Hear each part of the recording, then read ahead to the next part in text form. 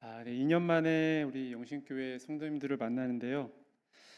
제가 2년 전에 어떻게 인사를 했는지 기억이 잘 안 나더라고요. 그때 봉주로 인사를 했었나 아니면 저기 우리 세네갈에서 이제 현지인들이랑 하는 월로포가 따로 있어요. 그래서 현지인들하고 인사할 때는 일단 이슬람 국가이기 때문에 인사는 똑같습니다. 처음 인사는 아살라무 알라이쿰 하면 이제 와알라이쿰 살람 해요.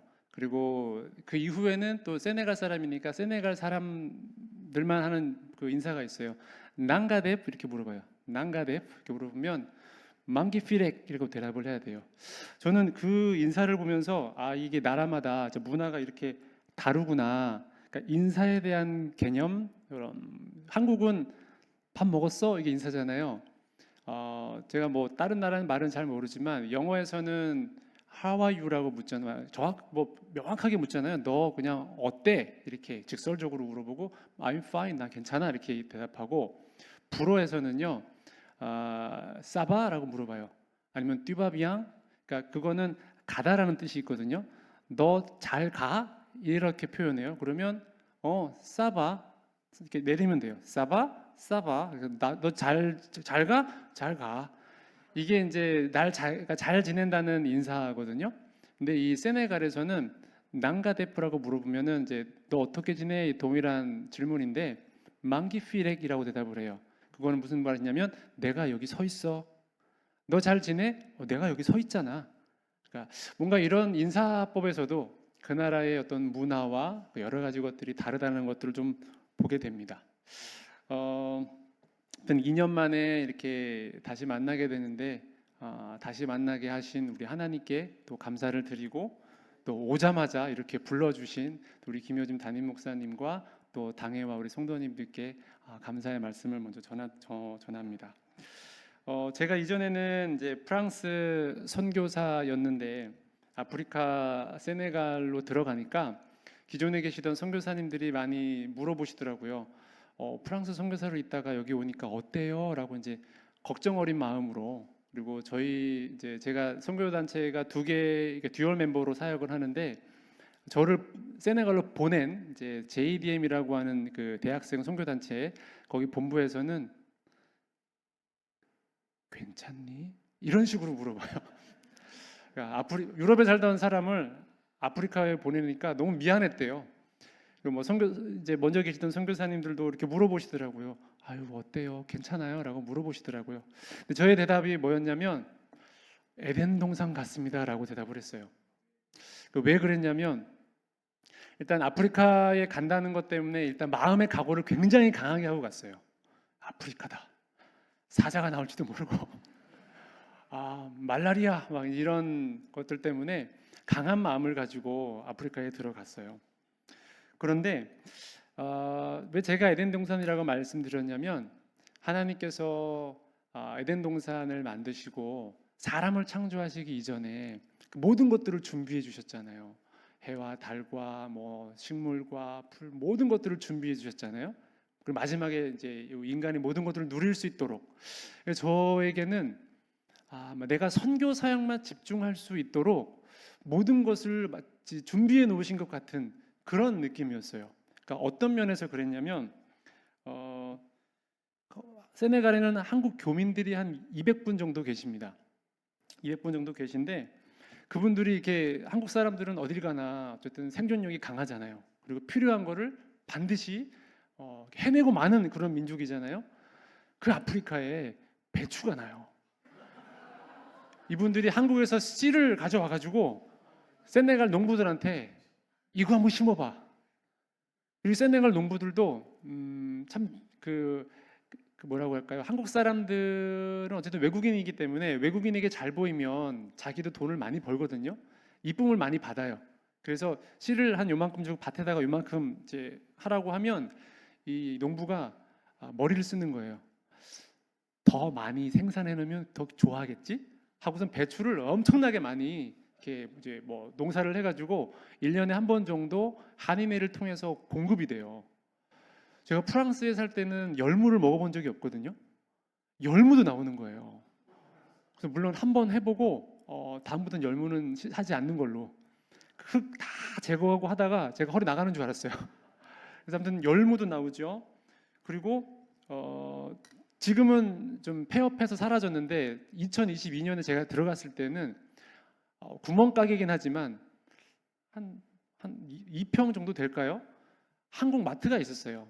그래서 가면 라면이 있었고 뭐 이제 그 잡채 면류들이 있었고 아이들 데리고 가면 한국 과자를 그 보는 그 어떤 맛이라고 해야 되나 어떤 그 행복 우리 아이들이 거기 가면 참 좋아했어요. 한국 과자가 딱 있으니까.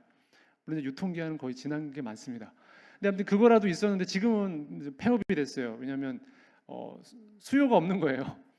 한국 거기 계시는 분들 중에는 대부분 사업하시는 분들이 많아서 자기가 컨테이너를 한국에서 띄워요. 1년치 먹을 것을 다 이제 거기다 넣어서 갖고 오는데 그러면 그 한국마트를 이용할 수 있는 분들이 누구냐면 이제 선교사들인데 선교사들이 여러 군데로 퍼져 있잖아요. 그리고 그 라면이 한국보다 훨씬 비싸거든요. 그러니까 그거를 차마 먹을 수가 없는 거죠. 그러니까 결국 장사가 안 돼서 그분이 접었어요. 근데 참 마음이 괜히 서운하더라고요. 한국 마트 작은 거 하나 있었는데 사라져가지고 지금은 라면이 근면이 됐습니다. 정말 라면 구하기 너무 어려워서 얼마 전에 어떤 한 학생들이 세네갈에 라면 보내기 프로젝트를 해가지고 자기들끼리 막 모아가지고 했는데 중요한 건 라면도 보낼 수가 없어요. 소포에 라면 이런 식품들은 제한이 됩니다. 그리고 무엇보다 그 우편 체계가 마비됐어요. 그래서 주소가 없습니다. 주소가 없는데 더 놀라운 거는 배달이 돼요. 그래서 우리 동네에 어떤 큰 이제 현지인들한테 유명한 건물을 하나 얘기를 하면요, 그 사람이 거기까지 와서 전화를 다시 해요. 그래서 그럼 거기서 오른쪽으로 돌고 거기서 세 번째 빨간 집 뭐 이런 식으로 해서 결국에는 배달도 되는 거예요. 배달의 민족이 거기는 없지만 배달이 되는 걸 보면서 뭔가 한국에서 누렸던 그러한 좀 편리함들이 세네갈 가니까 그대로 있는 거예요.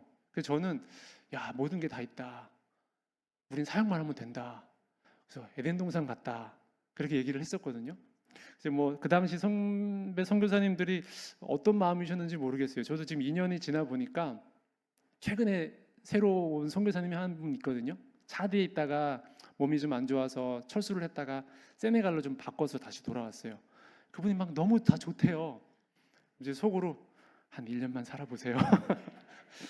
네. 아무튼 뭐 제가 뭐 이렇게 뭐 모든 것들이 다 있다고 얘기했지만 사실 뭐 아프리카는 아프리카입니다. 여전히 전기가 일주일에 뭐 한 번씩 두 번씩 끊기기도 하고 하루에도 뭐 전기가 한 세네 번씩 나가기도 해요. 나가기도 하고 단수도 너무 많이 일어나고 또 도로에는 그 마차와 소와 차가 같이 다녀요. 그리고 제가 병원 신체 검사를 하러 갔는데 세네갈 클래스는 뭐냐면 뭐 사실 얼마든지 구할 수 있을 것 같은데 아직도 저는 그게 이제 의문이에요. 1m짜리 자를 갖고 있더라고요. 그래서 쓰래요. 그러더니 1m짜리 자로 이렇게 키를 재요. 그리고 확실하게 또 마지막으로도 물어봐요. 당신의 키가 몇인지는 알고 있습니까? 그래서 제가 177 됩니다. 그랬더니 그걸 적어요. 이거 왜 쟀는지 모르겠어요. 안과도 가면 이제 검사를 하러 갔더니 제 손으로 가려야 돼요. 이게 가리고 아무튼 세네갈 클래스가 있기는 있습니다. 있긴 있는데 우리가 상상하기 참 이런 일이 일어나 이런 그런 것들이 그 나라에서는 일어나고 있고요. 그래도 어쨌든 지난 2년을 돌아보면 선교사로서 너무 큰 축복을 받았고 또 폭포수 같은 은혜의 시간들을 또 입술에 감사를 수없이 고백했던 그런 시간들이었습니다. 다 하나님의 은혜였고 또 함께 동역해 주시는 분들의 기도와 또 재정의 함께함들이 이 모든 것을 또 가능케 한 것이라고 생각을 합니다. 다시 한번 이 사역에 우리 또 영신교회가 함께해 주셔서 너무 감사를 드리고요. 오늘 이제 저는 시편 40편 말씀을 같이 이제 보려고 하는데 먼저 우리 2절 말씀을 한번 보게 되면 다윗이 자신이 겪었던 그 일들을 웅덩이, 수렁이라고 표현을 하고 있습니다. 뭐 웅덩이는 그냥 웅덩이도 아니에요. 기가 막힐 웅덩이라고 되어 있는데요. 예전 개역 한글 버전에는 멸망의 구덩이라고 기록되어 있습니다. 또 진흙수렁이라고 되어 있고요. 뭐 우리나라에서는 좀 이런 환경들을 자주 접할 수는 없기 때문에 이 표현을 약간 좀 우리는 좀 문학적으로밖에 느낄 수는 없을 것 같은데, 그러니까 상상은 한번 해볼 수 있을 것 같습니다. 그러니까 모든 사람들에게 좀 잊혀진 채 공포와 흑암과 어떤 쓸쓸함으로 가득한 어떤 그 비밀 감옥 같은 곳에 홀로 있는 그러한 상태, 그러한 모습. 여러분, 수렁은 움직일수록 바닥으로 더 빠져드는 곳입니다. 그러니까 나오려고 힘을 주면 더 힘들어지는 그런 곳이 수렁이죠.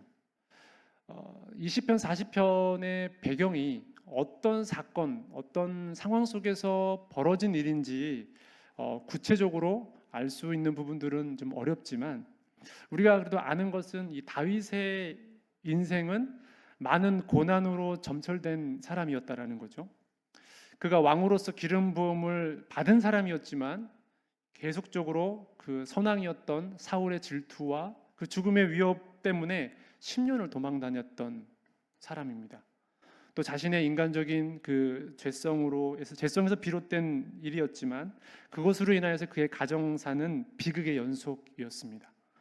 아들 암논이 이복 여동생인 다말을 겁탈했고, 또 그의 분노한 다말의 오빠인 압살롬이 암논을 죽이고, 후에는 또 아버지를 거역하는 반역을 일으키기까지 했어요. 뭐 후대의 유대인들에게는 그가 이룬 업적으로 인해서 존경의 대상이지만, 실상 그 다윗의 인생 자체만을 놓고 본다면 그의 인생은 정말 외롭고 예측하기 어려운 그 고난의 연속된 그런 나날이었습니다. 여기에서 좀 오해하시면 안 되는데, 선교지에서의 저의 삶과 사역이 이렇다는 얘기를 하기 위해서 제가 이 말씀을 나눈 건 아니에요. 제가 함께 나누고 싶은 부분들은 이 절이 중심은 아니고요. 아무튼 그런 이 상황 속에서 보여준 이 다윗의 신앙적 태도가 제가 이번 한국 방문을 준비하면서 제게 주었던 은혜와 도전들이 있어서 함께 나누고 싶었습니다. 1절을 우리가 함께 보시면, 내가 여호와를 기다리고 기다렸더니, 그러니까 너무나 견디기 힘든 고난과 처참한 이 상황 속에서 이 다윗이 한 일은 기다리고 기다리는 일이었어요. 원문을 보면 여기에 사용된 그 히브리어 동사는 카바라는 동사가 사용되었는데요. 이 단어는 어떤 때 사용되었냐면 어떤 맹목적이거나 막연한 어떤 기다림이라기보다는 어떤 일이 이루어질 것에 대한 확고한 믿음, 그럴 때 이 단어가 사용되었어요. 카바라는 이 기다림이라는 동사가 사용되었어요. 즉 이 다윗의 기다림의 목적이 있었는데 그 목적이 뭐냐?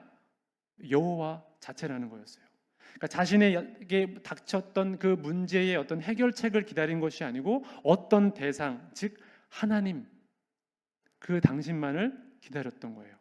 무슨 얘기냐면 하나님과의 인격적인 교제, 그 관계를 그 상황 속에서 찾고 있었던 거죠. 우리가 때로 어려움이 오면 어떤 해결책으로서 하나님을 떠올리고 매달릴 때가 있습니다. 물론 그래야 합니다. 어떤 상황 속에서 우리는 하나님을 의지해야 하죠. 그러나 이 다윗이 보여주고 있는 바른 신앙인의 태도는 어떠한 상황 속에서도 하나님과의 관계를 점검하고 하나님만을 찾았다라는 거예요. 그래서 제게도 이 말씀이 위로가 되고 힘이 되었습니다. 어떤 상황에서도 이 하나님과의 관계가 항상 온전한 관계인 저와 여러분이 되기를 소망합니다. 오늘 말씀은 이 여호와를 기다리는 일은 결코 헛되지 않음을 우리에게 가르쳐주고 있어요. 하나님께서는 당신을 찾고 구하는 자들의 소리를 들으시고 하나님의 때와 그 방법으로 응답하십니다. 결국 다윗도 이렇게 고백합니다. 내 발을 반석 위에 두시고 내 걸음을 견고하게 하셨다. 결과를 이렇게 알려주고 있죠. 그래서 그는 노래합니다. 하나님을 찬양합니다. 그랬더니 어떤 결과가 나타났습니까? 3절을 보니까 많은 사람들이 다윗에게 일어난 그 일을 보면서 하나님을 두려워하여, 즉 하나님을 경외하며 놀라서 하나님을 의지하게 되었다라고 성경이 말하고 있어요. 제가 선교지에서 너무나 바라고 소망하는 일이거든요. 다윗이 이 삶을 살았다고 오늘 본문이 말해주고 있어요. 우리의 삶을 통해서 우리의 주변에 믿지 않는 사람들이 살아계신 하나님을 바라보게 되는 거, 그 하나님을 의지하게 되는 거. 여러분, 우리의 삶을 통해서 정말 이 일들이 이루어져야 되지 않겠습니까? 웨스터민스터 소요리 제1문에서 인간의 제일 되는 목적은 하나님을 영화롭게 하고 그를 영원토록 즐거워하는 것이라고 가르치고 있습니다. 지금 다윗이 그것을 우리에게 지금 보여주고 있어요. 고난으로 점철되었던 그의 삶이지만 결국 그는 그의 삶을 통해서 많은 사람들이 하나님을 의지하도록 하게 하는 그런 열매를 맺었습니다. 이러한 일들이 저와 또 여러분들의 삶을 통해 나타나기를 소망합니다. 그러한 삶을 살 수 있는 비결이 뭐였을까요?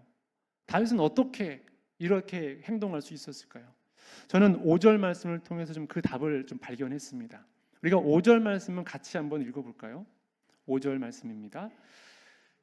여호와 나의 하나님이여, 주께서 행하신 기적이 많고 우리를 향하신 주의 생각도 많아 누구도 주와 견줄 수가 없나이다. 내가 널리 알려 말하고자 하나 너무 많아 그 수를 셀 수도 없나이다. 아멘. 그러니까 결핍의 시대에 살고 있어서일까요?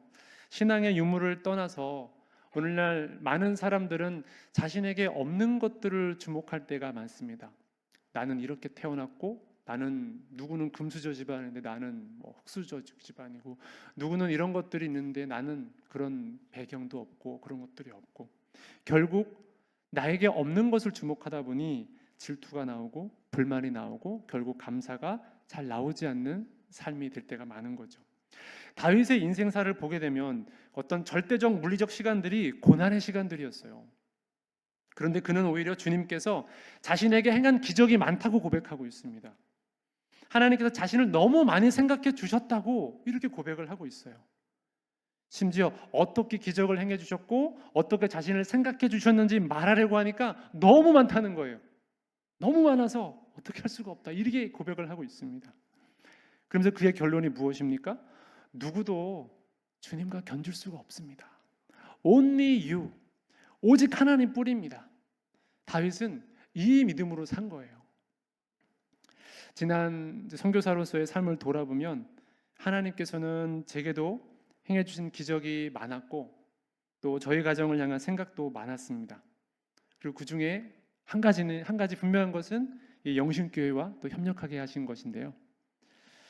최근 이 세네갈 선교사로서의 삶과 이 사역도 이 다윗의 고백으로 여러분들과 함께 보고를 좀 드리고 싶습니다. 주께서 행하신 기적이 많고 우리를 향하신 주의 생각도 많아 누구도 주와 견줄 수가 없습니다. 제가 널리 알려 말하고 싶은데 너무 많아 그 수를 셀 수가 없을 정도입니다.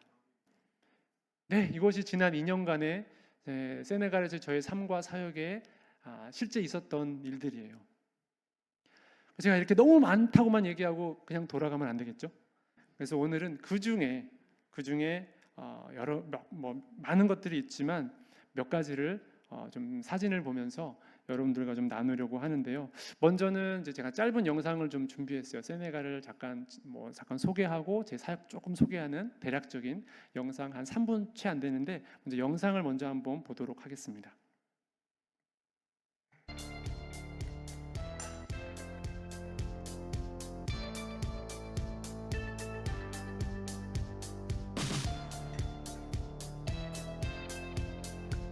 아프리카에서 가장 축구 강국이죠. 마네, 쿨리발리 유명한 축구 선수들이 너무 많아요. 그래서 지금 2년 전에도 제가 소개해드렸는데 세네갈 갈치 정말 직접 가서 먹어보니까 맛이 달라요. 그리고 바오밥 나무 세네갈 전역에 퍼져 있습니다. 아까 우리 목사님께서 설명해 주신 것처럼 아프리카 대륙 가장 서쪽 끝에 위치한 나라가 바로 세네갈입니다. 여기는 그 수도인 다카르고요. 제가 거기 한번 찾아가 봤어요. 그러니까 저렇게 뭐 하나가 있더라고요. 뭘 의미하는지는 잘 모르겠고요. 이 나라가 아프리카 민주주의의 모델입니다. 최근에 이제 대통령이 바뀌었고요. 안정적으로 바뀌었어요.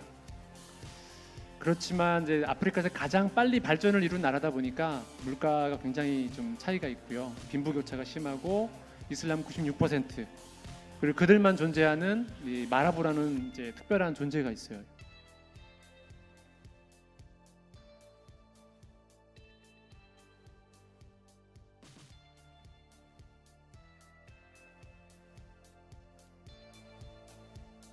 제가 사역하는 셰이크 안타디우 다카르 국립대학교입니다. 8만 5천 명의 학생이 공부하고 있고요. 한국으로 치면 서울대 같은 개념이에요. 그렇지만 여기에 전체 학생 20%가 주변 아프리카에서 온 유학생들, 그러니까 교육 허브의 도시죠. 저 건물 자체가 저희 센터는 아니고요. 저기 3층에 저희가 렌트해서 사용하고 있습니다.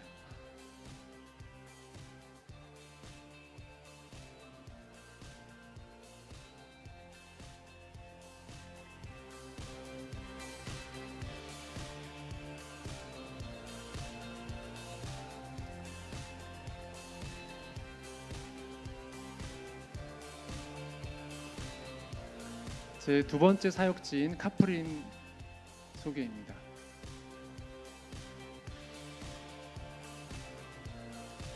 여기서는 저희가 도서관을 중심으로 청소년들을 대상으로 사역하고 있고요.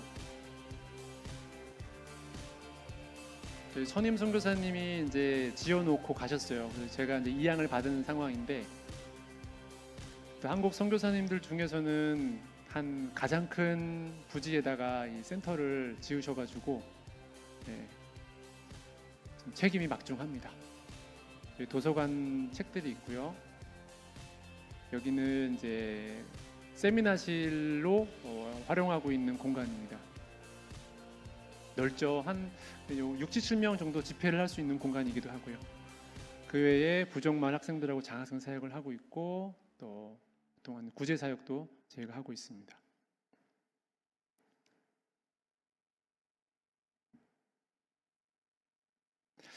이제 PPT를 좀 보면서 PPT로 같이 좀 설명을 좀 드리겠습니다.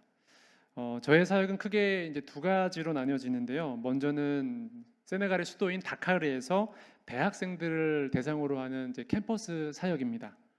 요 보시는 사진을 보시면 캠퍼스 사역은 기숙사 공동체 사역을 중심으로 하고 있어요. 이 사역은 이제 선임 선교사님 때부터 2009년부터 시작되었는데, 시작할 때는 이제 한 개의 남자 공동체로 시작이 되었습니다. 한 5-6명 정도 남학생들 데리고 이 공동체를 시작하셨는데, 지금은 정말 하나님의 은혜로 전국적으로 저희가 소문이 났어요. 그래서 지금은 총 4개의 방에서 자매 16명, 형제 16명, 총 32명이 살고 있는데, 이거는 제가 가서 줄인 거예요.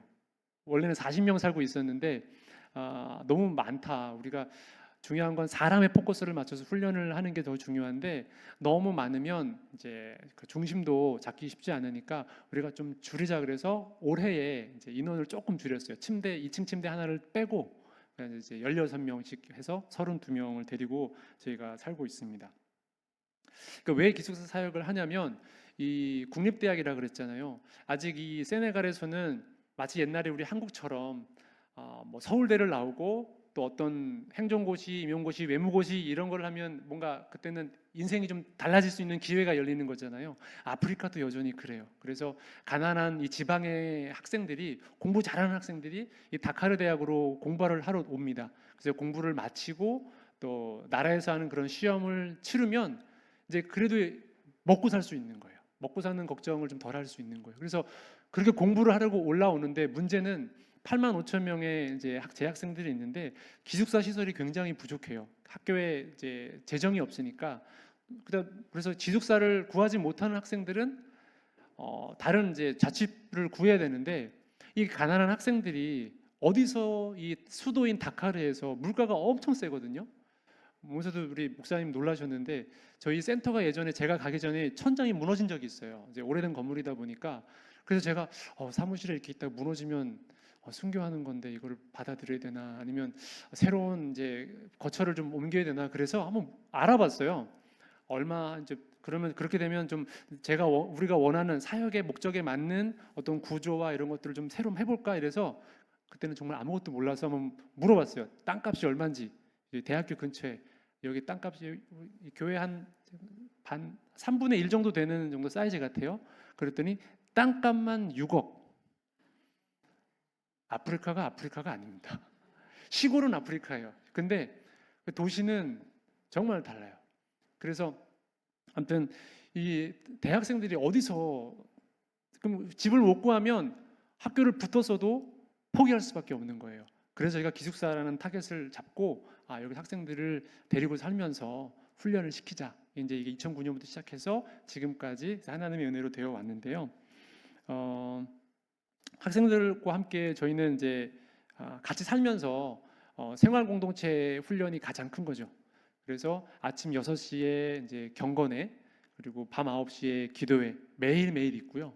그리고 이제 수요일에는 또 채플, 그리고 목요일에는 캠퍼스 전도, 금요일에는 이제 우리 리더 양성을 위한 훈련들을 이제 해 나가면서 이 친구들을 5년 동안, 프랑스 세네갈 대학교는 5년이거든요. 그러니까 석사까지 같이 가는. 그래서 5년 동안 이들을 훈련시킵니다.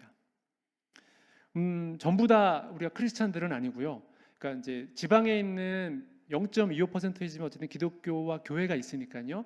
그 몇몇 지역이 있어요. 남쪽에 복음이 가장 먼저 들어온 지역 도시와 또 중부 지역에 한 카톨릭 배경이 있는 지역이 있어요.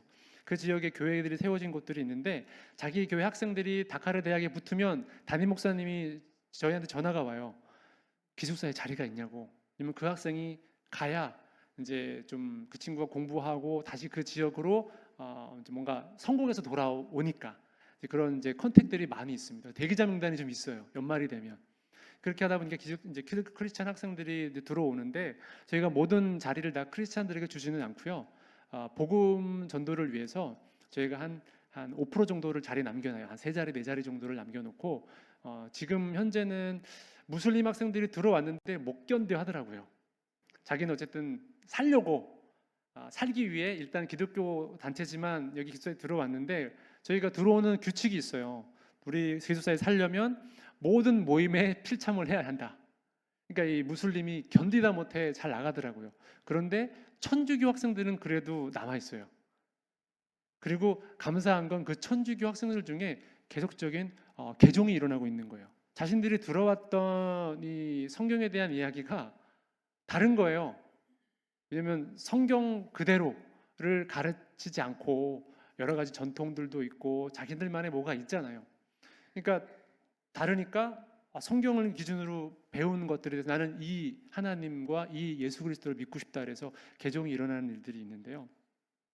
아무튼 사진 속에서는 이제 자매 공동체, 형제 공동체, 그리고 이제 신입생들 환영회를 했던 모습이고요.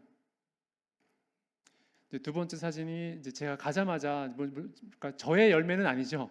선임 선교사님과 그저 센터 이 공동체 사역을 통해서 한 우리 카톨릭 자매가 개종을 했어요. 그래서 나는 개신교의 세례를 다시 받고 싶다. 그래서 저희 바닷가에 가서 이렇게 바닷가에 가서 침례를 장로교 목사님이 목사지만 그 나라에서는 이제 저렇게 하기 때문에 침례를 하는 장면이고요.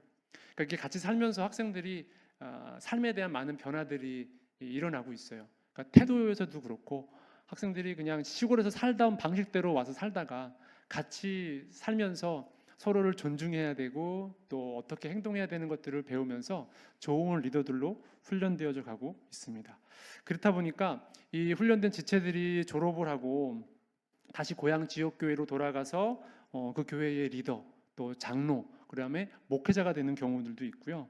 또는 한국 선교사분들의 개척을 돕는 동역자로도 서더라고요. 그러니까 저희 졸업한 학생들을 데리고 그 마을에서 소개받아가지고 같이 교회를 개척하고 전도를 하고 이런 일들도 있고요.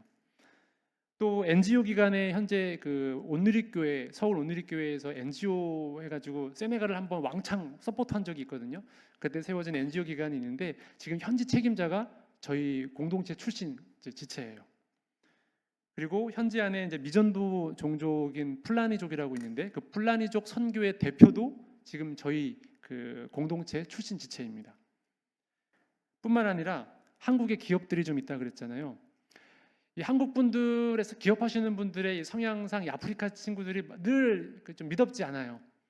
그러니까 하라는 대로 일을 하지 않고 자기들이 살아온 방식들이 있으니까 그대로 하니까 한국 사장님들한테는 늘 막 좀 마음에 막 열이 올라오고 막 이러시나 봐요. 그러니까 좀 믿을만한 좀 세네갈 청년들을 좀 연결해주면 좋겠다 해가지고 저희한테 문의도 많이 들어옵니다.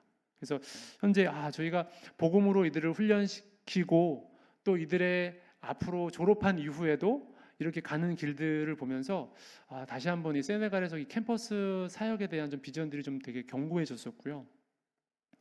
이제 이 아까 제가 구두로 잠깐 설명드렸지만 센터에서 이루어지는 훈련들 사진인데요.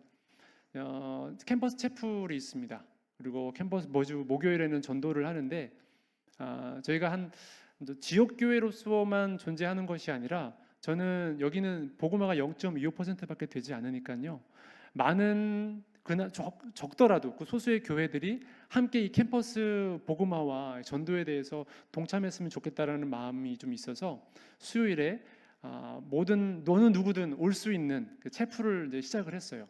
그래서 채플 때는 지금 저도 여기 보니까 올해 우리 영신교회가 사도행전 강해를 하고 있는데 저도 이 채플 때는 사도행전 지금 강해를 저도 하고 있어요. 그래서 이 복음의 역사가 우리 가운데 얼마나 필요하고 얼마나 놀라운 일인지 함께 이 일들에 이 비전들에 좀 동참하기를 바라는 마음에서 하고 있는데 채플 그리고 이후에는 이제 평소 예배에서는 경험해 보지 못하는 이 청년들만의 그 재미가 있어야 될 것 같아서 어떤 한국식 레크레이션도 많이 좀 소개해주고 있고요. 같이 이제 어울려서 하는 그런 시간들을 갖고 있습니다. 그리고 목요일에는 전도를 나가는데 재미있는 건요. 그렇죠. 96%나 되는 이슬람 국가에서 전도를 하고 있다라는 거예요. 근데 96%나 되는 이슬람 국가인데요. 선교사 비자가 나오는 나라예요. 저는 이걸 보면서 참 하나님의 특별한 사랑을 받고 있다라는 생각을 하게 되고 이 나라의 이 아프리카에서 선교적 전략적 위치가 이만큼 중요하다. 근데 많은 분들이 이 사실을 모릅니다. 일단은 아프리카 너무 멀어서 안 오고요. 그 중에 서부 아프리카는 더 열악하고 낙후돼 있어요. 이번에 처음으로 GMS 이사장님이 GMS가 태동된 이후에 수많은 이사장님들이 계셨는데 처음으로 이 서부 아프리카를 방문하셨어요. 그만큼 오기 쉽지 않은 나라인데 아무튼 이 선교사의 비자가 나온다라는 거, 그래서 비자비도 안 내요. 이런 환경 속에서 이렇게 하나님 열어주셨는데 더 많은 이 복음의 일꾼들이 와야 하는데 제대로 된 일꾼들이 와야 하는데 여러분들 좀 전도 근방에서 한다고 저 목사님 통해서 소개를 받았는데 막 거절당할 때 마음 많이 상하시고 또 막 한국은 다가가기만 해도 됐어요 시간 없어요 막 도망가잖아요. 상처받으신 분들 저 세네갈에 오세요. 이 친구들이요 이슬람이 96%다 보니까 복음이라는 단어를 한 번도 들어본 적이 없어요. 그래서 그냥 가서 너 복음이란 단어 들어봤어? 알아? 이렇게 하면 모른대요. 들어본 적이 없대요. 내가 좀 설명 좀 해줘도 될까? 그러면 해보래요. 그러니까 복음을 소개할 수 있는 기회들은 너무나 많아요. 이제 물론 결국 듣고서는 이제 얘네 이 친구들은 무슬림이니까 결국에는 이제 나는 뭐 무슬림이고 예수는 우리의 선지자 중에 한 명이고 이런 식으로 이제 빠져나가곤 하는데 그래도 계속 복음을 선포하면 언젠가 하나님께서 그 복음을 통해서 마음을 열어주시고 역사하지 않겠습니까? 예. 그래서 그 목요일마다 전도를 하고 있는데 한 번은 이제 어떤 한 세네갈 이제 무슬림이 경찰을 불러왔어요. 저희 전도한다고, 저 크리스찬들이 무슬림 국가에서 전도한다고. 그런데 또 감사한 것은 뭐냐면요, 세네갈 일대 대통령이 프랑스에서 공부를 했던 카톨릭이었어요. 그래서 세네갈은 이슬람 공화국이 아니고요, 그냥 세네갈 공화국입니다. 법적으로 전도하는 것에 대해서 제재를 할 수가 없어요. 경찰이 왔는데 보니까 제재할 수 있는 게 없는 거예요. 그래서 저희 학생들이 굉장히 위축됐었다가 그 사건을 다시 경험하면서 막 또 이 야성이 막 생기는 거예요. 와, 막을 자가 없다. 이러면서 지금 매주 목요일 오후 5시에 이제 전도를 하는, 이제 전도할 사람들은 와라 그렇게 하는데 더 많아지고 있어요. 지금 처음에 한 3명, 4명이서 계속 했는데 제가 지금 돌아오고 여기 한국 와서 어제 목요일이었죠. 저희 현지 담당 사역자가 사진을 보내왔어요. 사진 속에 8명의 형제들이 같이 있더라고요. 점점 늘어나고 있어서요. 그래서 감사하더라고요. 그리고 금요일에는 우리 학생들을 이제 리더들을 훈련시키는 디모데 훈련을 저희가 하고 있는데요. 현재 7명이 시작을 했다가 2명은 이제 어떤 상황으로 인해서 개인적 상황으로 인해서 그만두게 됐고 5명의 학생들이 지금 훈련을 받고 있습니다. 어떤 걸 훈련 받냐면 일단 조직 신학 공부하고 있고요. 그다음에 성경신학, 창세기부터 요한계시록까지 그 성경 본문이 말하고 있는 게 무엇인지 바른 신학을 알려주기 위해서 하고 있고요. 그다음에 제자도 그다음에 개인 성경 연구. 너네가 어디든지 혼자 떨어져 있어도 성경을 연구할 수 있고 설교할 수 있는 정도의 로 훈련을 좀 해야 되겠다. 그래서 저희 지금 현지 사역자 제가 보면서 우리 선임 선교사님 훈련을 정말 잘 시키셨다. 아프리카 사역자들의 특징이 뭐냐면 늘 소리를 지르거든요. 막 뜨겁게 막 소리를 막 지르면 되게 무슨 성령이 임하는 것 같고 막 그런가 봐요. 막 그런 식으로 하고 막 이렇게 해요. 근데 저희 사역자는 본문 가지고 이 구약과 신약 같이 연결된 것들 얘기하는 설교를 하는 거 보면서 진짜 바른 신학으로 잘 훈련 받았다. 이렇게 훈련 받는 이 대학생들이 참 복받은 친구들이다라는 생각이 좀 하게 되더라고요. 그래서 그런 리더들을 양성하기 위한 훈련을 금요일마다 하고 있고 저녁에는 이 학생들, 이 훈련받은 지체들이 리더가 돼서 저희 공동체에 사는 우리 32명의 학생들을 그룹을 나눠서 소그룹을 인도하고 있습니다. 이 친구들을 통해서 이 끊임없는 이 재생산이 좀 이루어질 수 있도록 기도를 부탁드리고요. 이것은 이제 주일에 저희 제자들 교회라는 이름으로 모이고 있는데요. 어느 날 62명이 온 거예요. 그 장소가 없어서 저 가운데 사진은 복도에서 예배한 사진입니다. 우리 학생들은 32명밖에 없는데 이 나머지 30명은 어디서 왔냐? 그러니까 기숙사에 지방에서 올라온 그 크리스천들이 간간히 있는 거예요. 그런데 복음화율이 0.25%밖에 안 되잖아요. 그러니까 다카르에 세네갈 그 개신교회가 별로 없어요. 그러니까 이 친구들이 어디 있는지를 모르니까, 혹은 뭐 인터넷이 발달되고 이런 곳이 아니다 보니까요. 뭐 우리나라는 검색해서 교회 어딘지 검색해서 찾아가잖아요. 그냥 막연히 그냥 기숙사 방에 있었대요, 주일날. 그러다가 이제 저희의 존재가 소문이 좀 나면서 대학교에 가까운 거리에 제자들 교회라고 하는 주일 예배가 있대. 그래서 이 친구들이 온 거예요.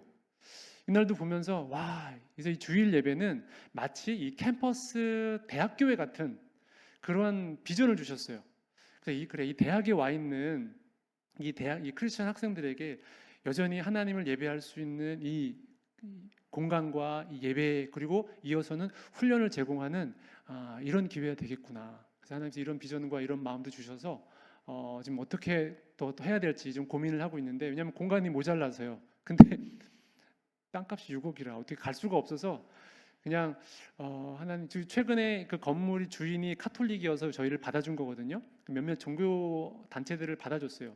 가나 그 이주민들로 구성된 그 교회가 있었는데 너무 시끄럽게 항상 예배를 해요. 약간 좀 신사도 그 영향을 너무 많이 받은 것 같아요. 그래서 결국엔 여기가 쫓겨났어요. 민원이 너무 많이 들어와서. 그러면서 저희한테 집주인이 살짝 경고를 하긴 했거든요. 너희들 너무 시끄러우면 안 돼.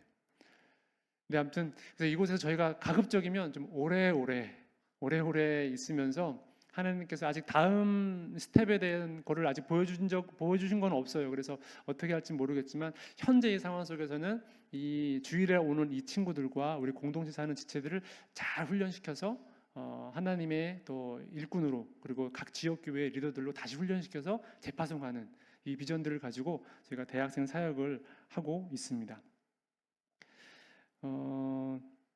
그리고 이제 지금은 제가 다카르 국립대학에서 학생들만 대상으로 사역을 하고 있는데 지금 새로운 캠퍼스 개척을 또 생각하고 있어요. 지금 제가 검은색 화살표로 이렇게 표시한 데가 저희 센터가 있는 저희 공동체가 있는 건물입니다.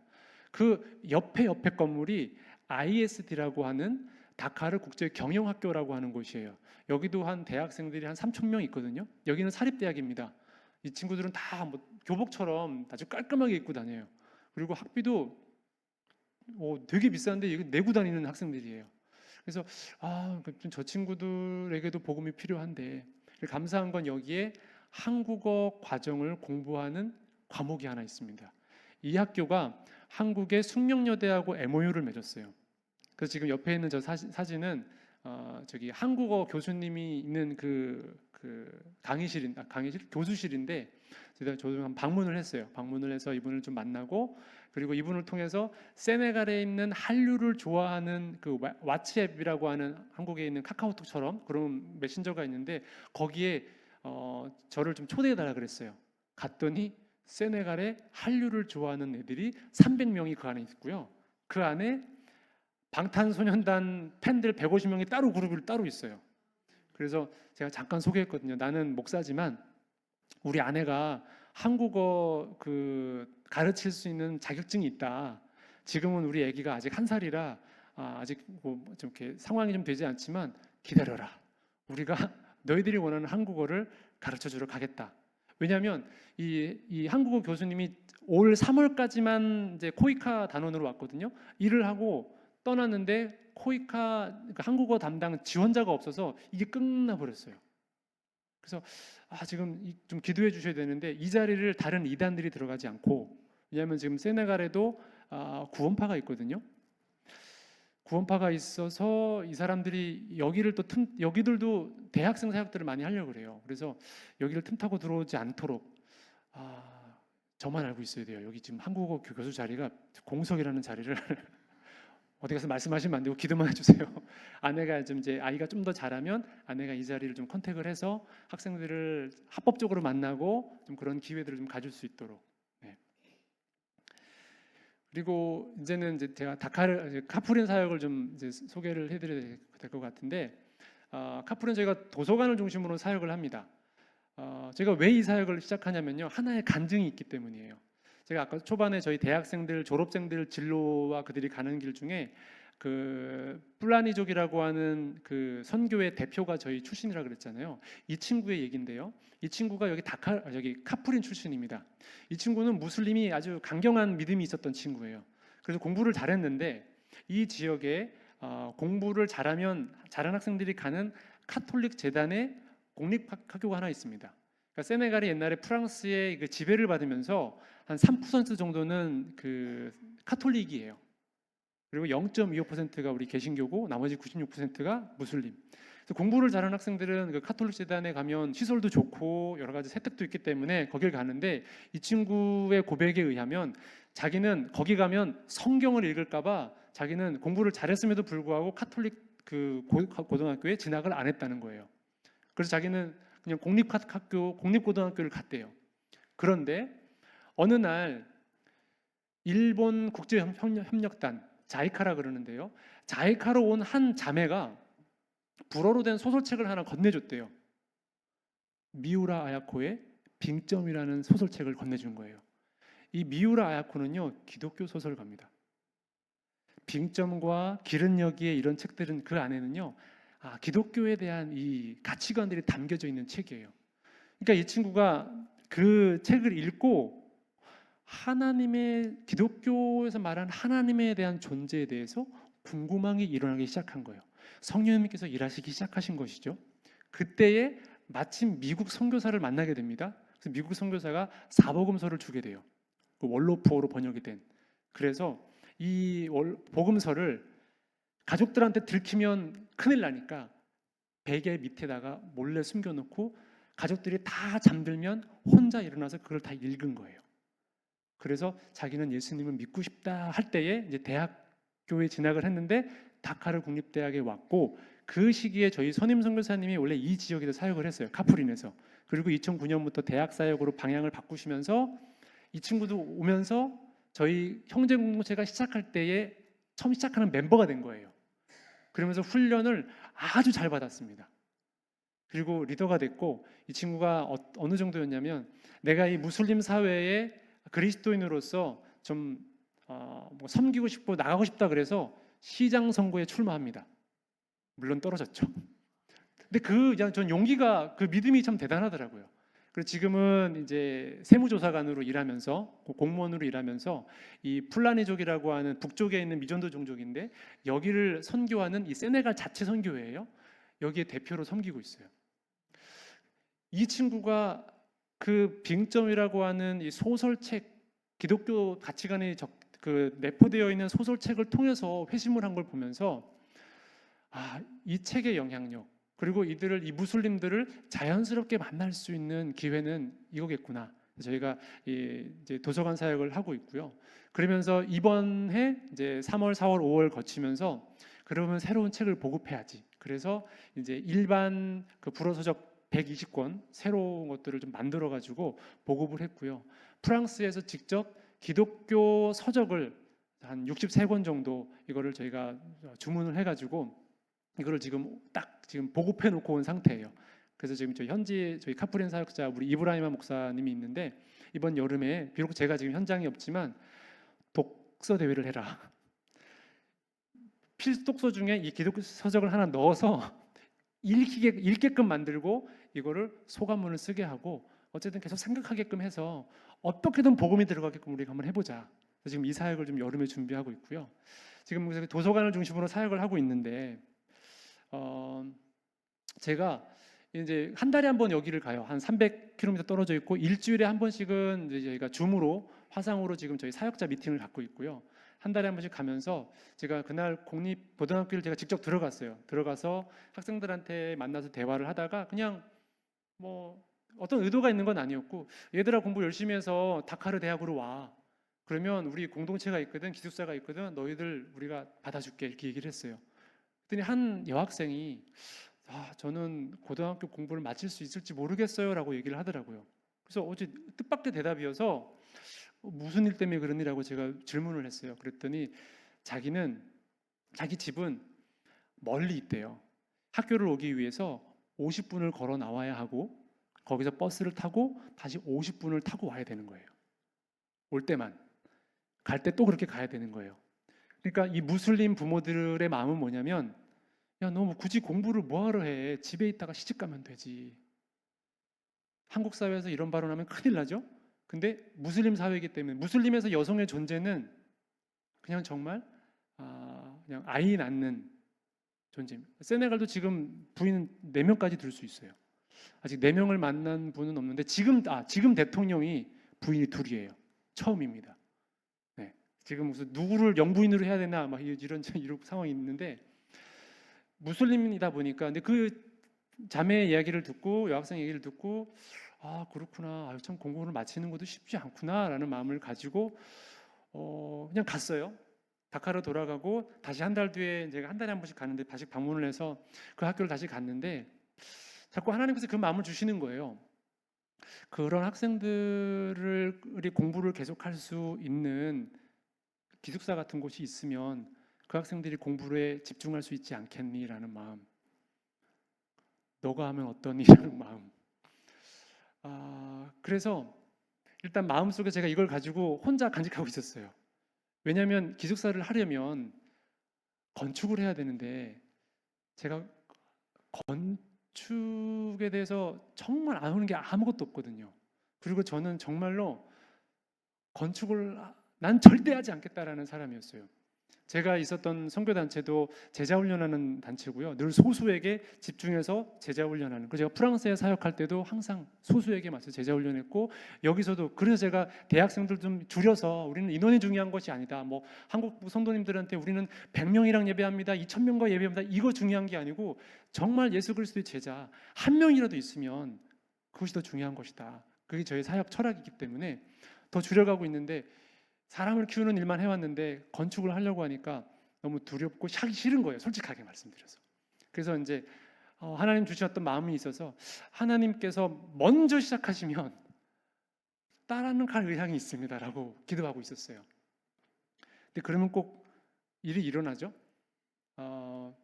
제 아내 지인 후배가 일을 했는데 일을 하다가 어떤 또 출산으로 인해서 이제 일을 그만두게 되는 그 퇴직금을 싹 다 보내버린 거예요. 저한테 형부라 부르는데 형부 이거 제가 이제 이 얘기를 쓴 적이 있으니까 이 기숙사 할 때 좀 도움이 되면 좋겠어요 하고 하면서 이 퇴직금을 한 600만 원 됐는데 그거를 다 보낸 거예요. 저는 받으면 안 되는데 이거 받으면 시작해야 되는데 그러고 있었죠. 그리고 두 번째는 중요한 건 이 사역을 우리 현지 사역자가 같이 이걸 해야 되는데 과연 우리 현지 사역자들이 이 사역에 대한 같은 마음을 품고 있느냐 이게 더 중요했던 거거든요. 그래서 일단은 비전은 나눴어요. 그리고 얘기했습니다. 당신들이 이 사역에 대해서 마음이 없으면 괜찮다. 난 하지 않을 것이다. 근데 당신들이 마음의 준비가 되면 나는 적극적으로 지원하고 이 부분들을 할 것이다 라고 얘기를 했는데 또 우리 현지 사역자가 한 달 뒤에 갔더니 저희가 하겠습니다 이러는 거예요.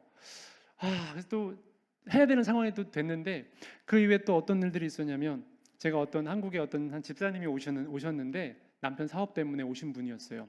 근데 그분이 선교에 대한 관심이 너무 많아서 저희 컨택을 했고 저희 이 카프린에 가보고 싶다는 거예요. 그래서 오셨다가 다시 다카르에 와서 이제 식당에 갔어요. 식당에서 밥을 먹는데 거기에 자기 남편이랑 같이 이제 사업하시는 한국에서 오신 분들이 한국 식당에서 밥을 드시고 계시는 거예요. 이제 그분들이 볼 때는 궁금한 거죠. 이 사모님이 자기 사장님 이제 사모님이 사장님이랑 같이 밥을 안 먹고 저랑 밥을 먹고 있으니까 궁금한 거예요. 그래서 그 3일 뒤에 그 집에 초대를 받았대요. 그 사장님이 그 한국에서 오신 분들을 초대해가지고 집에서 이제 밥을 먹는데 그분들이 물어보시는 거예요. 아니 그때 식당에서 있었던 그 다른 남자분은 누구시냐고, 사장님 어디 가고 왜 그분이랑 식사를 하고 있냐고, 그래서 질문을 했다는 거죠. 그랬더니 이분이 이 권사님이 설명을 하신 거죠. 이제 저는 선교사고 또 거기에 청소년들을 위한 이런 시설들을 위해서 좀 기도하고 있고 또 준비하고 있고 그래서 올 여름에 한국에 갈 준비를 하고 있습니다. 그랬더니 이분들이 예수님 믿는 분이 한 분도 없는데 아니 그렇게 좋은 일을 하신다고요? 그럼 우리도 함께 해야지. 그러면서 그 자리에서 주머니를 털어서 이것 좀 그 선교사님 전해달라고 이렇게 건네주신 거예요. 세 번째 또 이런 일들이 있었고 마지막으로 이제 결정적으로 제가 이 일을 한국에 올 수밖에 없었던 이유는 프랑스에서 사역할 때 제자 한 명이 건축을 공부했습니다. 거기서 그 얘기를 듣고 선교사님 제가 조감도를 그려드릴게요. 이래서 조감도를 이렇게 그려왔어요. 그래서 이제 조감도도 왔겠다. 그러면 이제 복음을 시작해야 되겠구나. 그래서 이제 한국에 오게 된 겁니다. 저는 마음이 사실은 어느 때보다 한국에 올 때 그래서 마음이 좀 무거웠어요.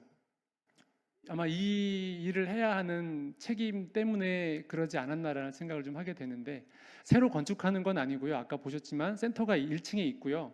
지금 여기 지금 2층에 저희 선임 선교사님이 짓다가 예산 부족으로 완공을 못 하셨어요. 그래서 철근이 저렇게 그대로 남아 있고 아파트도 하나 지금 짓다가 말아버렸는데 우기철이 옵니다. 아프리카에는 우기철에는 비만 와요. 억수로 옵니다. 한 달 반 동안 계속 내리는데 그렇게 비가 오고 나면 건물이 또 다 훼손되고 다시 보수해야 되는 에너지가 들고 이러는 거예요. 그래서 이 부분들에 대한 고민도 있었는데 하나님께서 이 그 청소년 기숙사에 대한 마음도 주셔서 이 부분들을 같이 할 수 있도록 시기를 위해서 기도하고 있었는데 이제 이번 여름이 돼서 이렇게 한국에 들어오게 됐고요. 그래서 이 기도 제목을 이제 우리 성도님들과 함께 이렇게 나누게 되었습니다. 마음이 무거웠지만 그 소망하는 것은 뭐냐면 오기 직전에 5월 달에 제가 마지막 방문을 했는데 그날 온도가 45도였어요. 평상시 여기는 늘 1년 내내 40도입니다. 그때는 45도 정도 올라갔었는데 제가 이제 건축할 사람들을 알아야 되니까 컨택을 한번 해보려고 건축하는 곳이 있으면 가서 그분들이 어떤 상태로 하나 좀 보고 싶었어요. 그래서 나갔는데 45도다 보니까 그 시간에는 일을 안 하는 거예요. 오전에 일하고 한 오후 한 3시쯤이었는데 다 일을 안 하더라고요. 그래서 나온 김에 우리 그 선지 사역자 사모님 게이로 사모님이 그 현지 부녀자들을 전도하기 위해서 가는 주말 농장 같은 데가 있대요. 그래서 거기를 한번 갔어요. 이제 거기를 방문했는데 어떤 한 여인이 물을 주고 있더라고요. 물을 주고 있고 여기 보니까 싹이 났고 보면 저 맨 아래쪽에 저 수박이거든요. 수박이 열려 있는 거를 좀 보면서 그날 밤에 하나님께서 제게 어떤 마음을 주셨냐면 45도에도 싹은 나더라라는 마음을 주셨어요. 그러니까 너무 더워서 인부들이 일하지 않는 시간이잖아요. 근데 그 물 주는 여인을 저로 하여금 보게 하셨어요. 그러니까 누군가 물을 주고 누군가 경작을 하는 사람들이 있으니까 모래 폭풍이 일고 그 뜨거운 저 땅에도 생명이 싹 트는구나라는 것을 알게 하셨어요. 카프린에는 복음 전하기가 너무 어려워서요. 월로프 종족이라고 세네갈에 미존노 종족이 두 개가 있어요. 플라네족이랑 월로프 종족. 여기는 월로프 종족이 중심이 되는 도시고요. 세네갈의 공용어는 불어와 월로프어입니다. 그 정도로 자부심이 있는 민족들이라서 복음에 아주 강경해요. 미국 SIM 선교단체 4가정이 들어와서 공동 사역을 했었는데 작년 8월에 다 철수를 했습니다. 왜냐하면 20년 동안 사역을 했는데 열매를 한 명도 얻지 못해서 결국 지쳐서 여기는 우리가 못하겠다고 다 떠나버렸어요. 저희만 지금 남았는데 제가 또 포기할 수 없는 이유는 뭐냐면요, 방금 말씀드린 저희 게이로 사모가 월로프족이에요. 하나님께서 제 눈앞에 월로프 종족 한 그리스도인이라 이미 뿐만 아니라 한 사모님을 제 앞에 두게 하시는데 이 월로프 종족 복음 전도에 대해서 포기를 할 수가 없는 거예요. 마지막에 저 45도의 그 날씨 속에 이 싹튼 걸 보게 하시면서 물을 주는 사람이 있고 뭔가 일하는 사람들이 계속 있다면 생명은 싹이 날 것이다라는 비전을 마음을 구셨어요. 그래서 이곳에 이 기숙사 사역을 하면서 그러면 고등학생들이 3년 동안 여기 저희 기숙사에 머물면서 성경 공부를 할 수가 있고요. 그 학생들이 다카르까지 연결이 되어지면 또 5년 동안, 즉 거의 한 8년 동안 이 한 명의 무슬림에게 성경을 가르치고 복음을 소개할 수 있는 기회가 되는 거죠. 저는 뭐 많은 거를 바라보고 하는 것이 아니라 한 명의 무슬림이 주님께로 돌아올 수 있다면 이 사역을 하는 것이 나의 사명이다라고 생각하고 세네갈에서 사역을 하고 있습니다. 그래서 이 일들을 위해서 같이 기도해 주시고요. 뭐 우리 여러분들의 인생과 또 가정과 사업터에도 여러 어려움과 혹독한 환경이 주어질 텐데 여호와를 기다리면 응답하시는 역사가 있을 줄 믿습니다. 그 가운데 싹이 나고 생명이 살아날 줄 믿습니다. 그래서 오늘 이 다윗의 고백처럼 이 일이 주께서 행하신 기적의 하나가 되고 또 많은 사람들로 하여금 하나님을 의지하게 하는 간증이 되기를 축복합니다. 그래서 우리의 입술에서 날마다 누구도 주와 견줄 수가 없습니다라는 고백이 나오기를 축복합니다. 함께 기도하겠습니다. 존귀하신 하나님 아버지, 오늘 하나님께서 사랑하시고 사용하시는 귀한 우리 영신교회 성도님들과 함께 이 세네갈에서 이루어졌던 하나님의 일들을 함께 나누게 하셔서 감사합니다. 오직 하나님이 행하신 일들만 남게 하여 주시고 또 그곳에서 이루어질 그 일들을 함께 기도하며 하나님의 위대하심과 놀라우심을 바라보고 찬양하는 귀한 일들이 있게 하여 주시옵소서. 감사드리며 예수 그리스도의 이름으로 기도합니다. 아멘.